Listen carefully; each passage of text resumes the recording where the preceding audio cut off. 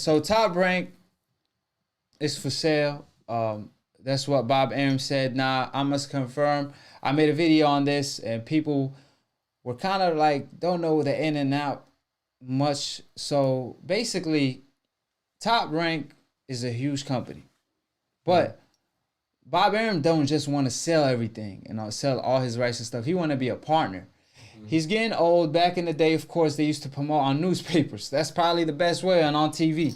Now it's social media. Now it's YouTube. Yeah. Now, instead of reading an article, marketing. You hear someone talk about what's happening and reading the article for you. That's what I provide on AkHi TV. But like I said, he don't know how to maneuver around these things. He's a step behind because he keep copying Al Heyman blueprint. But again, he is a step behind. Al Heyman is always ahead of the game. So he wants a company like, for example, UFC, not the UFC, but the company that bought UFC to come invest and be a partnership, for example. They looking into it. DAZN also looking into it. And another major companies, they looking to buy the company. Now, there's multiple things when you look at a company like Top Rank, one of the biggest companies of the world when it's for sale.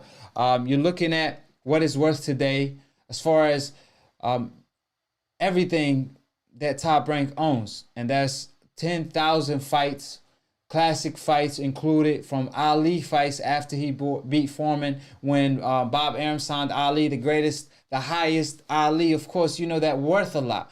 Just the fact that he have clips of Ali and fights of Ali and promotions of Ali and rights to Ali, that alone, you hold some of the clips of the greatest and the most popular athlete of all time, athlete period, and maybe public figure. So with that being said, he has a lot of fighters, not just Ali, but like I said, till this day, he got Terrence Crawford, Tyson Fury, Lomachenko, Lopez, a lot of great potential, like Shakur, pound for pound #1 potential in the future.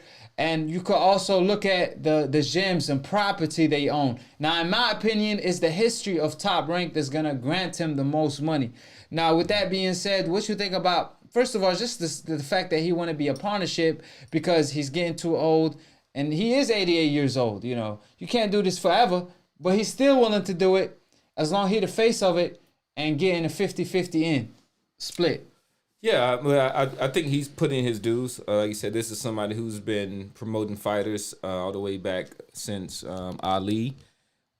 So I think he has a really sound, stable business, and even though Al Heyman and his company have definitely surpassed him and are the face of boxing, so to speak, when it comes to a promotional company, he can claim to have two of the top 3 boxers in the world. And then if you throw in Tyson Fury, who is the face of boxing now and a heavyweight champion, and who is a legitimate, so you've got 3 of the top 10 fighters in the world easily. And I'm talking about from a marketing standpoint, from a skill standpoint, and from a status standpoint. So there's a lot of kind of value that they have. So that valuation for Top Rank. Is it more than the UFC? No. Will they get paid?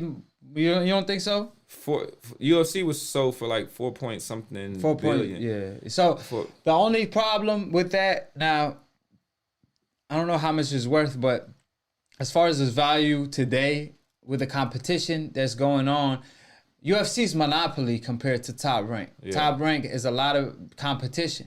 Competition is the key word. UFC is the monopoly. So that alone, the growth for UFC is more in control, and you could control elements, and you got more pieces of the board. Well, you got your own belts. Yeah, and on the other hand, it's just it's too many maneuvering things that you have to do, and you have to have the in and outs and all of that. As far as boxing, it's just so much politics and corruption in the sport. It is that, but also the fighters have more rights in boxing. So yeah, UFC, which is good for the we talk about them fighters a lot and do that, but they have an issue with fighter pay, and it's pretty much take it or leave it. The fighters they're not getting paid what they're supposed to. There is no union. The fighters have no rights.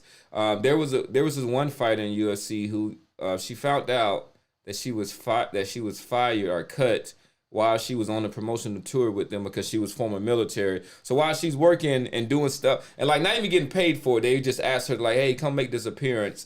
and then she finds out that she was just cut.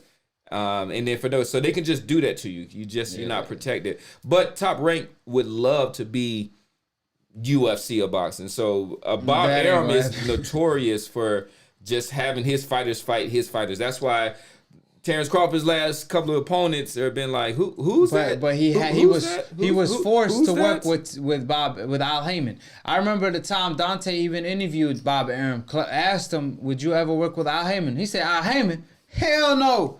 I would never work with Al Heyman." And look at him today. He was trying to boycott Al Heyman, saying that the PBC fighters only fight each other. I'm like, Bob Arum, that's what you've been doing for the past 10 years, man.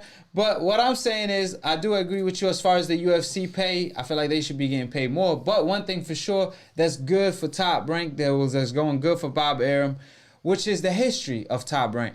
I mean, UFC is pretty new. I mean, the sport is really 10 years old. On the other hand, it's like 10, 20. Yeah. But I mean, your Top Rank since Muhammad Ali, that's 1970 something.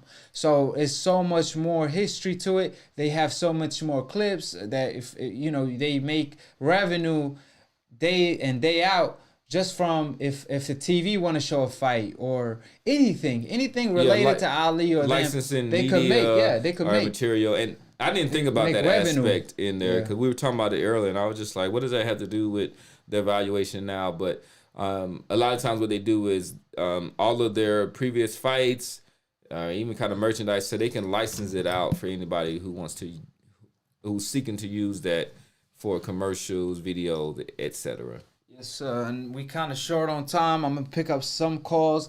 But before I do that, I appreciate everybody for tuning in.